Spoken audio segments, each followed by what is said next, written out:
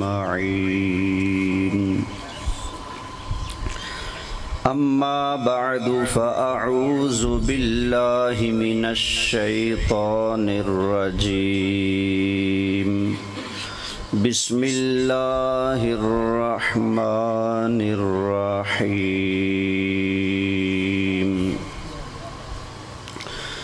قل لا أجد فيما أوحي إلي محرما على طاعم يطعمه إلا أن يكون ميتة أو دما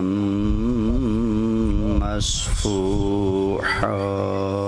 سبحان اللہ، سبحان اللہ، بہت خوب. صدق اللہ العظیم. بڑی محبت سے درود پاک پڑھ لیجئے. الصلاۃ والسلام علیک یا رسول اللہ. الصلاۃ والسلام علیک یا حبیب اللہ. الصلاۃ والسلام علیک یا امام الانبیاء والمرسلین وعلی آلک واصحابک یا جد الحسن والحسین.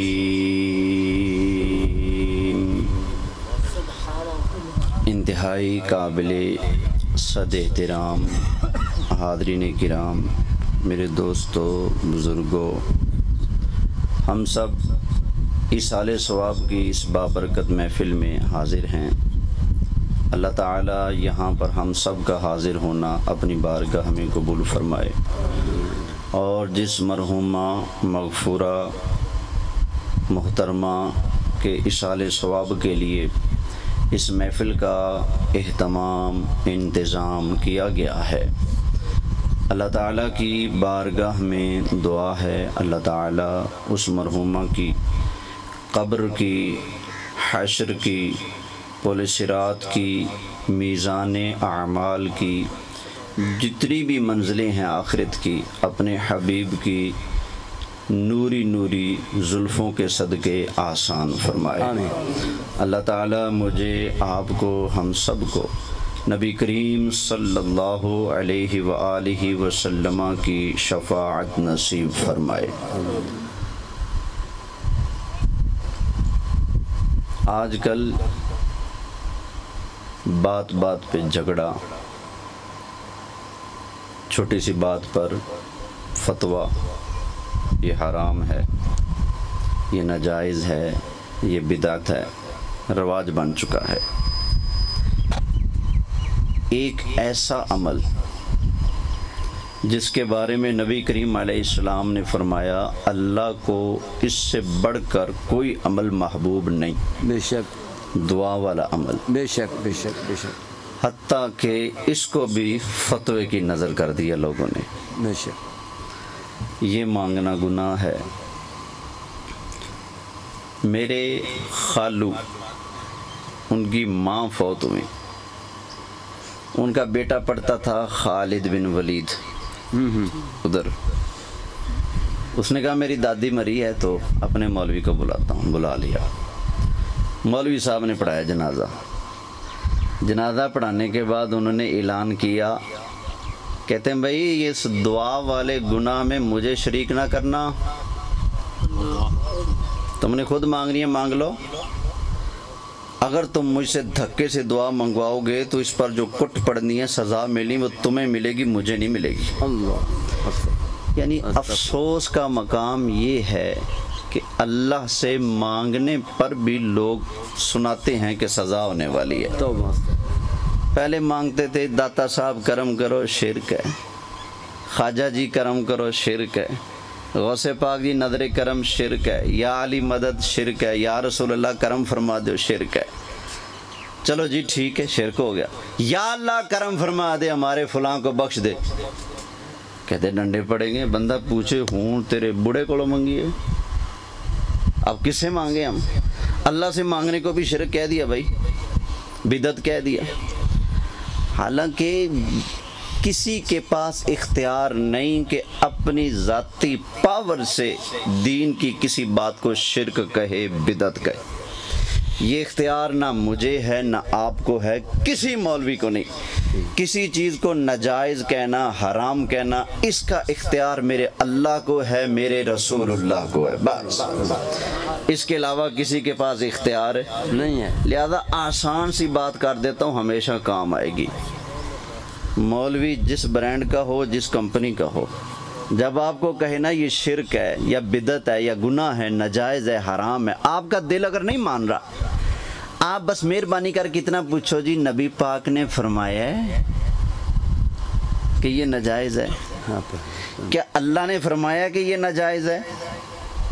اگر فرمایا ہے اللہ نے تو آیت پڑھو, نبی پاک نے فرمایا تو حدیث پڑھو. اگر چپ ہو جائے تو آپ اتنا کہہ دو بھائی جی جب اللہ نے نہیں فرمایا, نبی پاک نے نہیں فرمایا, پھر تسی کیوں فرمایا؟ جب اللہ نے نہیں حرام کیا, نبی پاک نے حرام نہیں کیا, تو تم کون ہوتے ہو حرام کرنے والے؟ یہ جو روش ہے نا, اپنی طرف سے چیزوں کو حرام کہہ دینا, اپنی طرف سے چیزوں پر فتویٰ لگا دینا کہ یہ گناہ کا کام ہے, اس سے بچو. یہ وہ کام ہے جو مکہ کے کافر کرتے تھے. کون کرتے تھے؟ مکہ. بولیے, ابھی قرآن سناؤں گا. حضرت عبداللہ بن عباس رضی اللہ تعالی عنہ ارشاد فرماتے ہیں, ابو داود شریف کے اندر حدیث موجود ہے, نبی پاک علیہ السلام کے آنے سے پہلے مکہ کے کافر کچھ چیزوں کو کھاتے پیتے تھے, استعمال کرتے تھے, اور کچھ چیزوں کو حرام کہہ کر چھوڑ دیتے تھے. کہتے تھے یہ کیا ہے؟ بولیے, حرام ہے. اللہ تعالیٰ نے نبی کریم علیہ السلام کو مبعوث فرمایا, سرکار نے آ کر پاک چیزوں کو حلال فرمایا, خبیث چیزوں کو حرام فرمایا. اور کچھ چیزیں ایسی ہیں جن کو سرکار نے نہ حلال چیزوں کے اندر شمار کیا نہ حرام چیزوں کے اندر شمار کیا. حضرت عبداللہ بن عباس ارشاد فرماتے ہیں کہ وہ ساری چیزیں تمہارے لیے بالکل جائز ہیں, کرنی کھانے کی ہوں, پینے کی ہوں, جن کے معاملے میں اللہ بھی چپ ہے, رسول اللہ بھی چپ ہے, وہ ساری تیرے لیے جائز ہیں. سبحان اللہ, بہت خوب. تو فرماتے ہیں کہ سرکار مبعوث ہوئے, حضور نے یہ کچھ کیا. جب نبی کریم علیہ السلام نے بار بار سمجھایا, اور بھائی یہ حرام نہیں ہے جس کو تم حرام کہہ رہے ہو, وہ کہتے تھے یہ فلاں اونٹ حرام, یہ فلاں قسم کی اونٹنی حرام. گزارش ہے آگے آ جائیں, پیچھے تھوڑی جگہ بن جائے گی. درود پاک پڑھتے ہیں, آگے آ جائیں, شاباش, قریب قریب آ جائیں. آنے والوں کے لیے جگہ بن جائے گی, محبت کے ساتھ آگے آ جائیے. توجہ ہے جی؟ تو نبی کریم علیہ السلام نے ان کو بڑا سمجھایا. وہ آگے سے ضد کرتے رہے, نہیں یہ حرام ہے, یہ فلاں قسم کی اونٹنی حرام, فلاں قسم کا اونٹ حرام, فلاں چیز حرام, فلاں چیز حرام. جب انہوں نے ضد کی تو اللہ نے قرآن کی آیتیں نازل فرما دیں. اللہ تعالیٰ نے ارشاد فرمایا, قُلْ لَا أَجِدُ فِي مَا أُوحِيَ إِلَيَّ مُحَرَّمًا عَلَىٰ طَاعِمٍ يَطْعَمُهُ. فرمایا حبیب پیارے آپ فرما دیں کہ اللہ نے میں مصطفیٰ کریم علیہ السلام کو حرام چیزوں کی لسٹ عطا فرما دی ہے. حرام چیزوں کی لسٹ تفصیل مجھے عطا فرما دی ہے, جن کو تم حرام کہہ رہے ہو. لا اجد فی ما اوحی الی محرما, میں نے اس لسٹ کے اندر ان چیزوں کو حرام نہیں پایا. اگر یہ حرام ہوتی تو اس لسٹ میں ان کا نام ہوتا. ان چیزوں کا نام جن کو تم اپنی مرضی سے حرام کہہ رہے ہو, اللہ نے مجھے حرام چیزوں کی لسٹ عطا فرما دی. ان حرام چیزوں کی لسٹ میں اس چیز کا نام موجود نہیں ہے. بولیے نہیں ہے.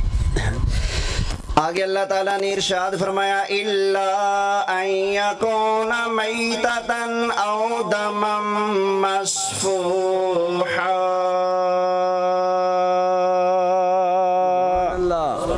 سارے کہہ لو نا یار سبحان. فرمایا ہاں اللہ نے جو حرام چیزوں کی لسٹ مجھے دی ہے نا اس میں مردار کے گوشت کا ذکر موجود ہے. جو مر جائے جانور ذبح نہ کیا گیا ہو وہ کیا ہے؟ مردار. حرام جو جانور ہے یا جو حرام گوشت ہے اس کا ذکر اس لسٹ کے اندر موجود ہے. او دم مسفوحا. بے شک جب جانور کو ذبح کرتے ہیں چھری چلتی ہے تو خون جو بہتا ہے نا، فرمایا اس بہتے ہوئے خون کا ذکر حرام چیزوں کی لسٹ میں موجود ہے. او لحم خنزیر.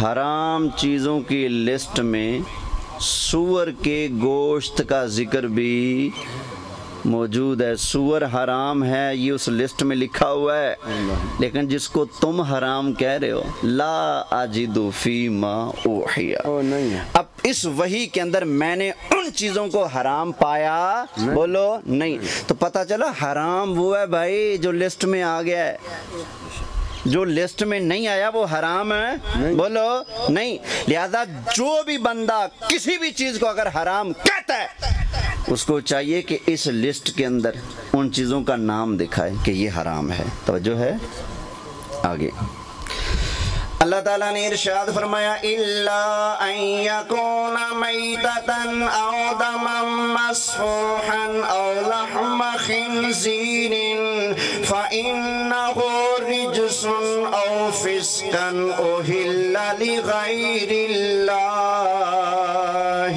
بہ. فرمایا یہ تو پلیت ہے، فسق ہے، گندی چیزیں ہیں، ان کا ذکر حرام چیزوں کی لسٹ میں موجود ہے.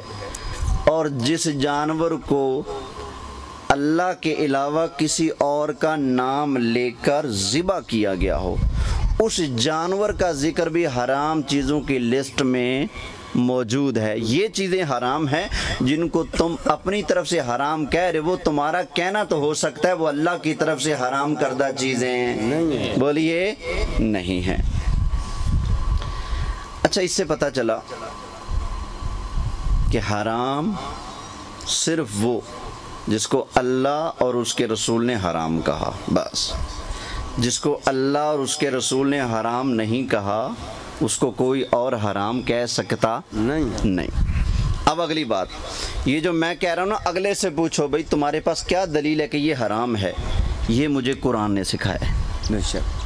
قرآن نے سکھایا ہے.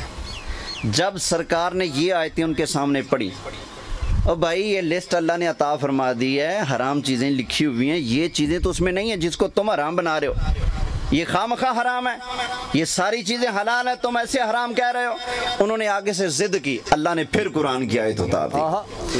اللہ تعالیٰ نے ارشاد فرمایا قل ہلم شہداءکم الذین یشہدون ان اللہ حرم ھذا. بہت خوب. فرمایا حبیب پیارے آپ ان کو چیلنج کر دیں. کیا کر دیں؟ چیلنج کر دیں کہ تم نے کہا ہے یہ حرام ہے. فرمایا حبیب پیارے حلم شہداءکم الذین یشہدون ان اللہ حرم ھذا. حبیب ان سے فرما دے تم اپنے گواہ پیش کرو، اپنے دلائل اپنے ثبوت پیش کرو، کہاں لکھا ہے اللہ نے ان چیزوں کو حرام کہا ہو. یہ سرکار کی زبان سے اللہ نے اعلان کروایا حبیب یہ جو کہہ رہے ہیں نا یہ بھی حرام وہ بھی حرام وہ بھی حرام وہ بھی حرام. حبیب انہیں چیلنج کر دے تم کہتے ہو حرام ہے، دلیل پیش کرو نا، گواہ پیش کرو نا، ثبوت پیش کرو نا. حرام چیزوں کے اندر اللہ نے ان کو گنایا ہو، شمار کیا ہو، ثبوت پیش کرو.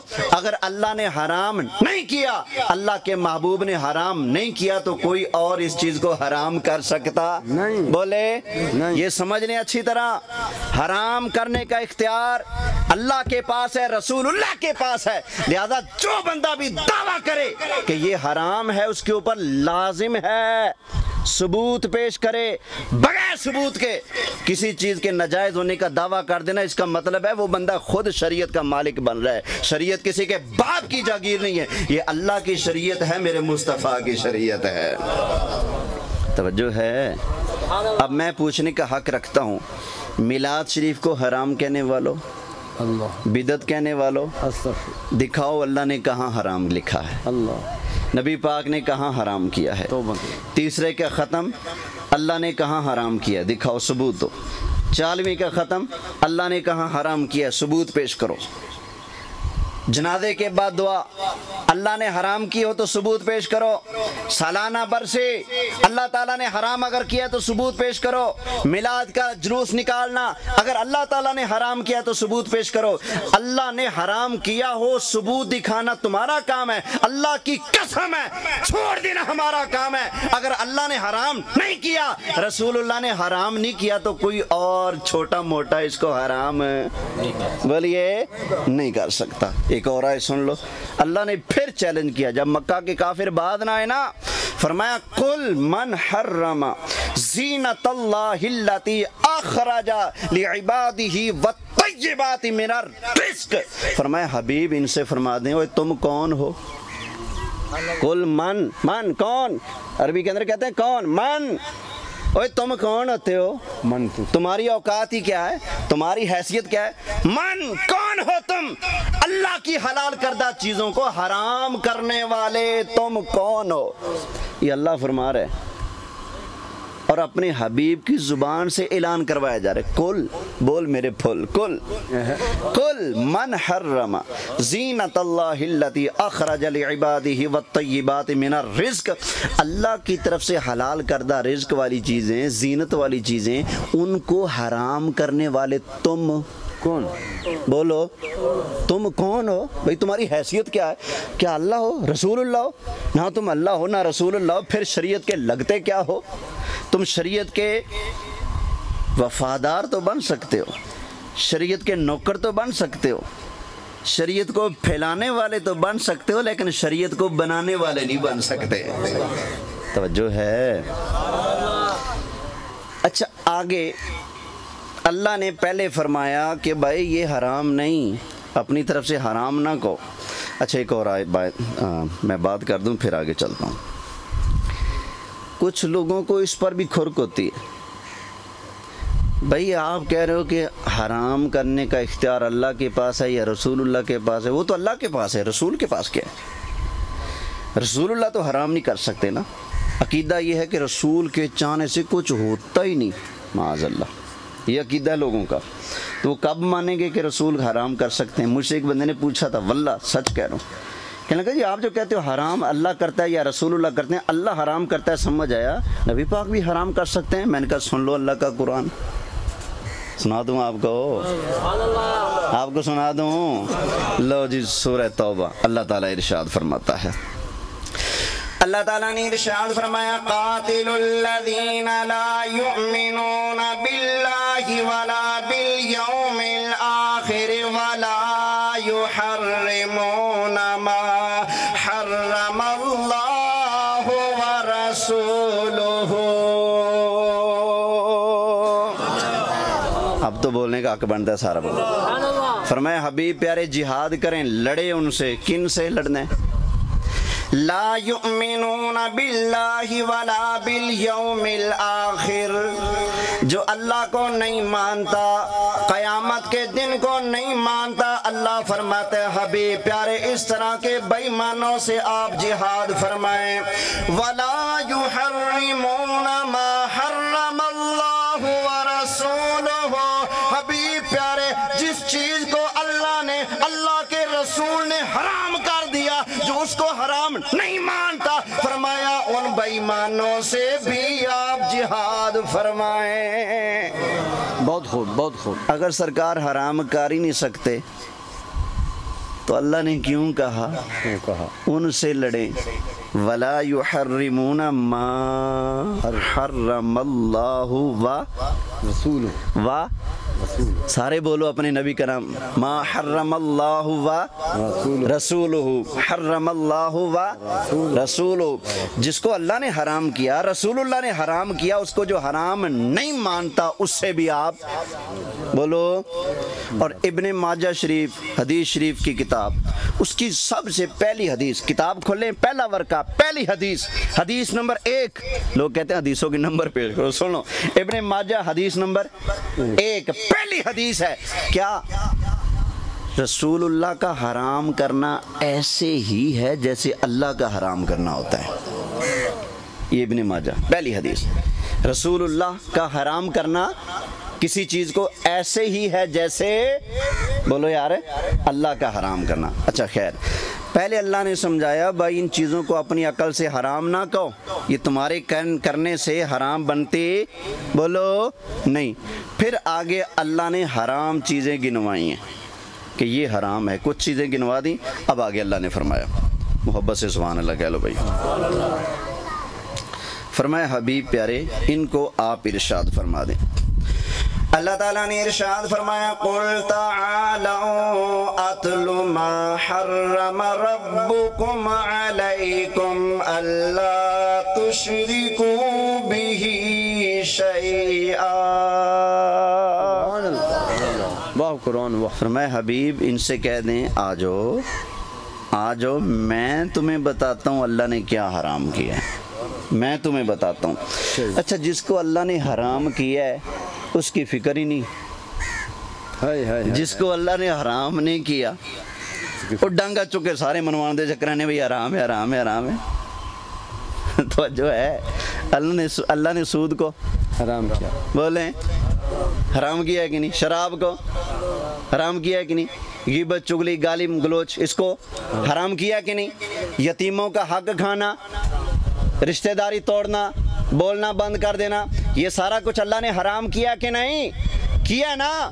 تو جس کو اللہ حرام کرے اور واضح فرمائے کہ میں تمہیں پڑھ کے سناتا ہوں کہ اللہ نے کیا حرام کیا ہے، جس کو پڑھ کر سنایا جائے گی یہ بھی حرام ہے حرام ہے حرام ہے، جو پڑھ کر سنایا جائے اس کی کاک فکر نہیں، جس کو اللہ نے حرام کیا ہی نہیں اس کو دھکے سے منوانے چلے۔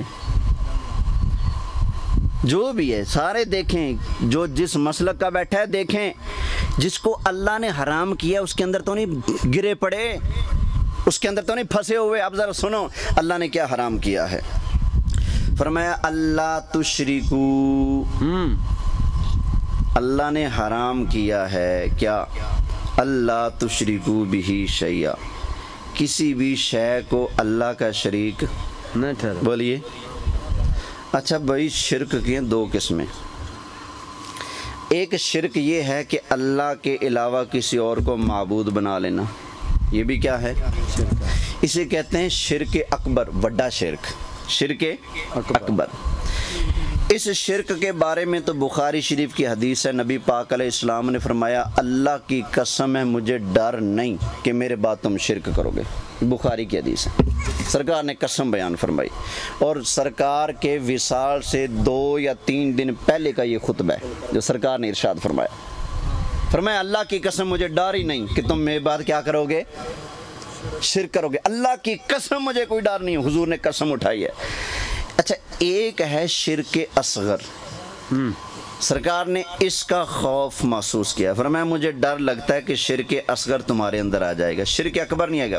شرک اصغر کیا ہے، بندہ عمل کرے اس میں اللہ کی رضا مقصود نہ ہو، کسی اور کو راضی کرنا مقصد ہو، وہ کیا ہے، شرک بولیں شرک اصغر ہے۔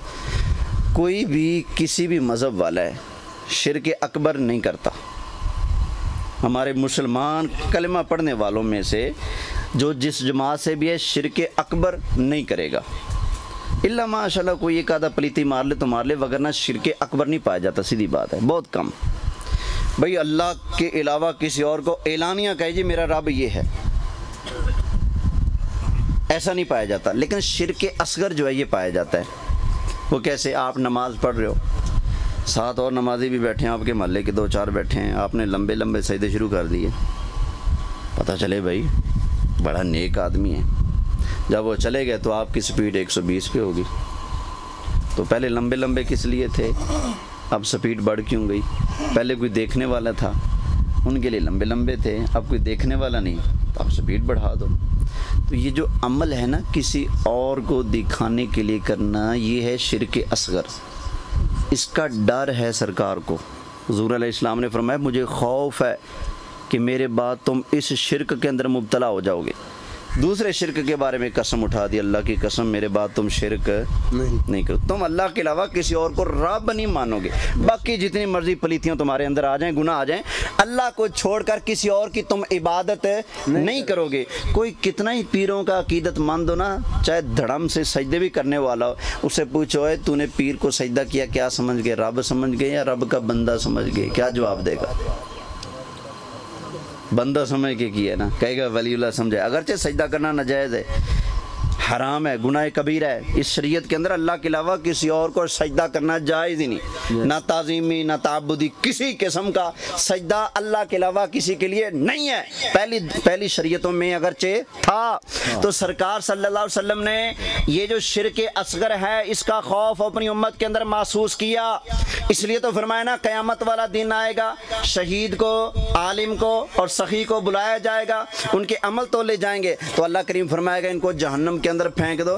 شہید کہے گا یا اللہ میں نے تیری راہ میں اپنی جان کا نذرانہ پیش کیا, اپنی جان کی بازی لگا کے آیا ہوں تیرے لیے, اور تو مجھے جہنم میں ڈالتا ہے. اللہ فرمائے گا تو نے اس لیے جان نہیں دی کہ رب راضی ہو جائے, تو نے اس لیے کہا کہ تیری قبر پہ لکھا جائے شہید ہے, تیرے نام کے ساتھ نشان حیدر کا لفظ لگ جائے, تیری بلے بلے ہو جائے, تیرے لوگ موڑ موڑے تو سامنے تیری فوٹو لگی پڑی ہو, اس پر شہید لکھا ہو, فلاں کا بیٹا ہے, فلاں نام ہے, فلاں برادری کا ہے, فلاں گاؤں کا ہے. تو نے لوگوں کے اندر اپنی واہ واہ اور بلے بلے کرانے کے لیے عمل کیا تھا, تو جا جن کے لیے عمل کیا آج جزا بھی اسی سے لے. اگر میرے لیے عمل کیا ہوتا کہ میرا رب راضی ہو جائے, رب راضی ہو جائے تو جزا میں دیتا. کسی کے لیے کیا ہے تو جزا بھی کسی سے مانگ. ایسا ہی شہید کے ساتھ, ایسا ہی سخی کے ساتھ, ایسا ہی اس عالم کے لیے جس نے اپنے آپ کو بنایا, سوارا, سجایا, پڑھا, لکھا, محنت کی. کیوں؟ لوگ واہ واہ کریں. میں جاؤں تو استقبال شاندار ہونا چاہیے, تقریر کروں تو لوگ ہاتھ چومیں, بلے بلے, میرا کوئی گلہ کرنے والا نہ ہو. منافقوں کی طرح چال چلے, وہ بھی راضی رہے, وہ بھی راضی رہے, وہ بھی راضی رہے, وہ بھی راضی رہے. حالانکہ جو عالم ربانی ہوتا ہے نا, وہ یہ کہتا ہے کہ میں نے مسئلہ سچا بیان کرنا ہے, میرا رب راضی رہے, میرا مصطفیٰ راضی رہے. جگ روٹتا ہے روٹ جائے, جس نے ناراض ہونا ہے ہو جائے, لیکن میں کبھی ایسا کرنے والا نہیں ہوں. تو بھائی یہ جو عمل کے اندر دوسرے کو شریک کر لینا یہ بہت خطرناک ہے. ایک تو عمل ضائع, دوسرا جہنم کے اندر جلنا پڑے گا. لہذا اس شرک کی فکر کرو جو سنی کے اندر بھی پایا جاتا ہے, دیوبندی کے اندر بھی پایا جاتا ہے, وہابی کے اندر بھی پایا جاتا ہے, شیعہ کے اندر بھی پایا جاتا ہے. بھائی